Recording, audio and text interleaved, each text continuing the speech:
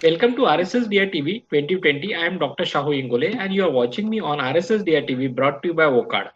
Today, I am honored to have with me an eminent personality and renowned senior diabetologist, Dr. Benny Negalur ma'am.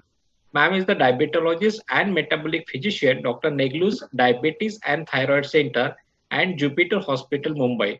Welcome to the show, ma'am.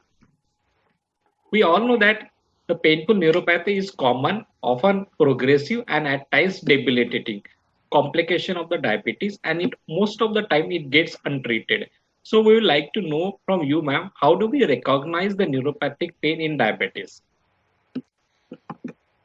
Neuropathic pain is present in 50% of the patients of diabetes, which is a huge number.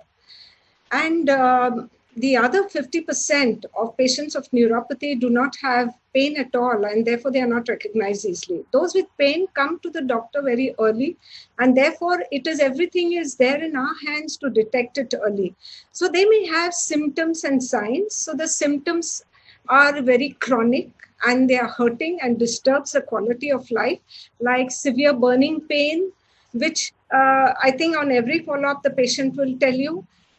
Symptom like pins and needles in the feet, tingling in the feet, or they say, like ants are biting my feet, or they complain of severe shooting pain and electric shock like pain, or they say that we have numbness in the feet and they are unable to recognize the textures of the floor. For example, they say, I cannot recognize whether I'm walking on a carpet or I'm walking on a tile floor, or they say something is sticking under my soles. So there are various different types of complaints of the patients, and therefore we have to recognize that very early.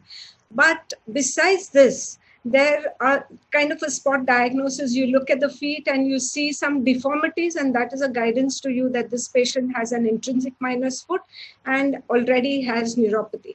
Besides, we also need to look at their social support, also their sleep pattern, their moods, and also their functioning. All these aspects have to be taken in a very careful and long history. Examination is, again, a neurological examination is basically clinical.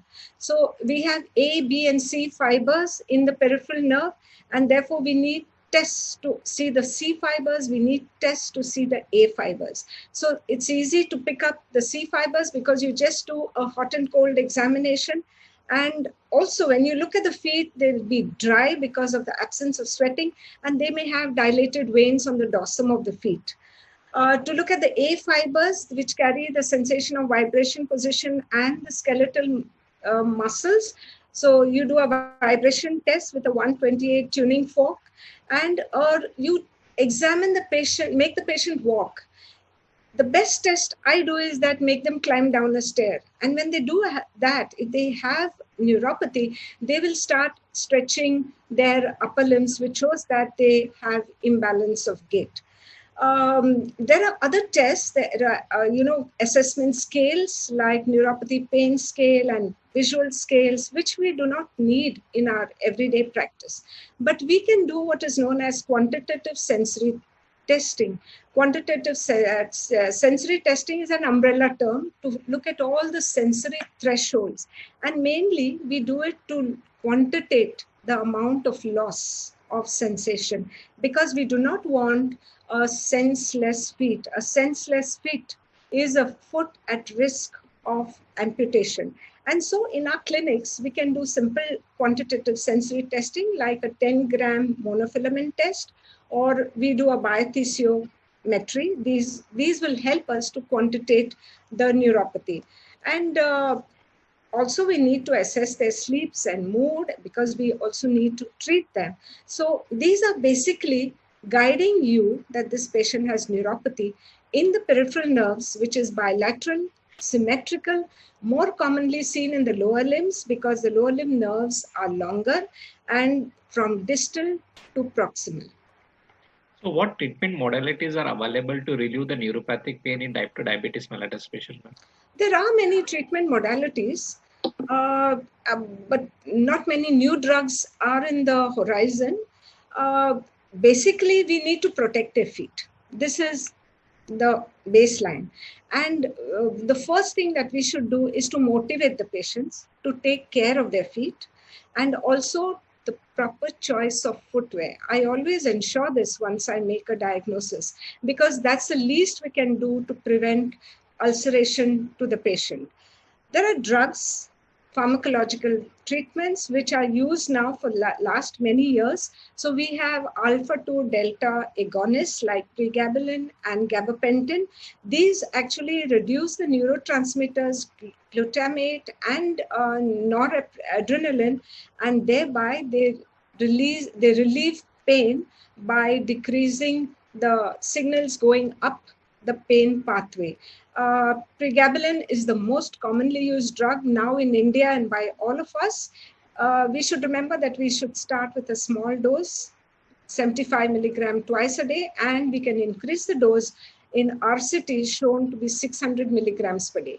But my personal suggestion is that once you reach 300 milligrams a day, you can combine it with another drug like the SNRIs, which is duloxetine, used most frequently, has less side effects in the dose of 60 milligram once a day.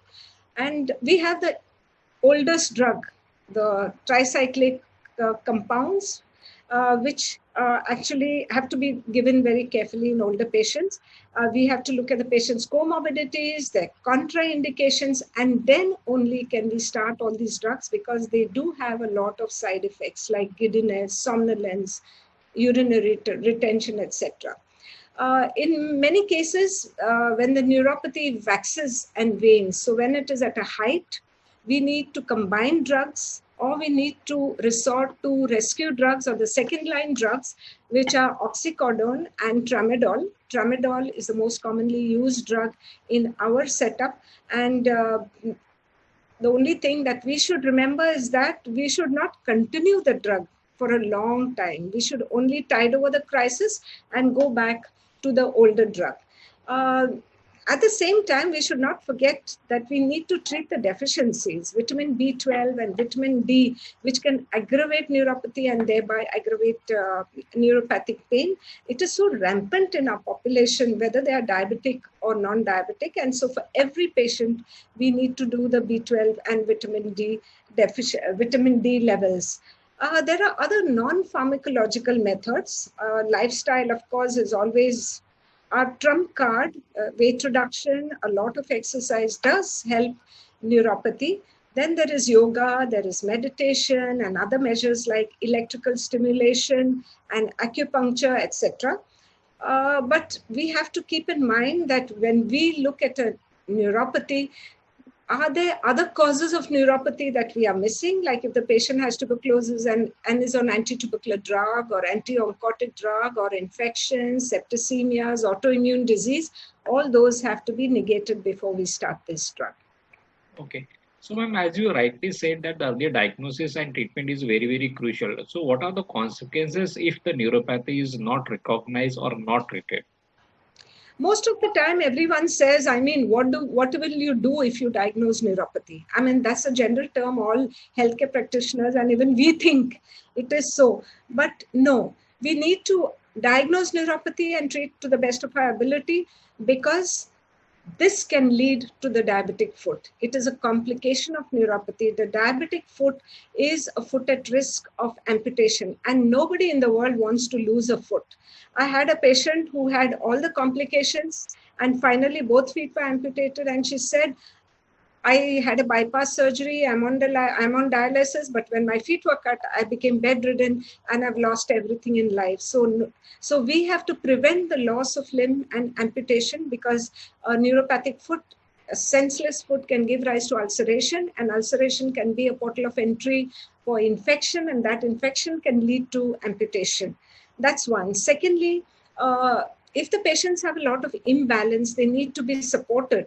And it can lead to, in older patients, falls and thereby fractures. And once a patient has a fracture, say of the hip, they are confined to the bed for a long time. Of course, neuropathy, a patient who has neuropathy and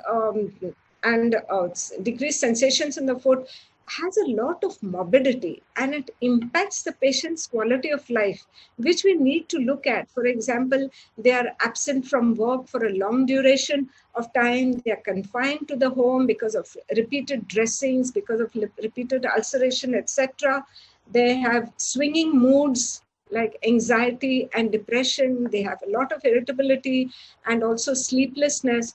And the worst is that since this goes on for many, many months and years, it is a huge financial burden both for the patient and for the family. So it is a complication also which we need to look at.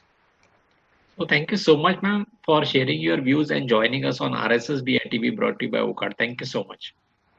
Thank you so much, Dr. Shah.